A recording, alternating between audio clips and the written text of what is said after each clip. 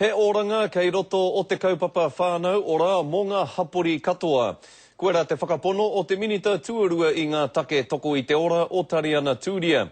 Kua puta te whakatau a te kāwanatanga mā te puni kōkiri hei pīkau te kaupapa whānau ora, me te tūmeke o etahi I tērā.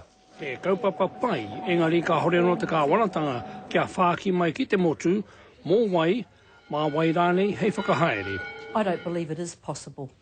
Te puni kōkiri is for Māori, solely delivering to Māori. There are 7 agencies working together on whānau ora, and the decision as to who may be the principal organisation won't be made until May.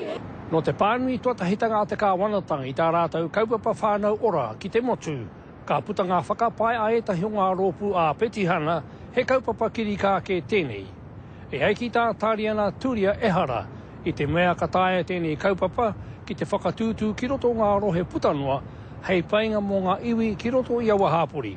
Mena ka tau pērā te pērā, ka tau toko au I narai te ahua ko te minita Māori tonu tērā, neha.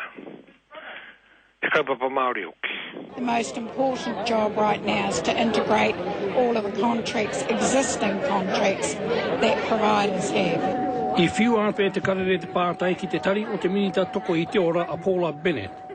Mena ka tae e rātau te whakaatu mai te rahi o te tahua, ko whakarite e te kāwanatanga hei kawe I te whānau ora.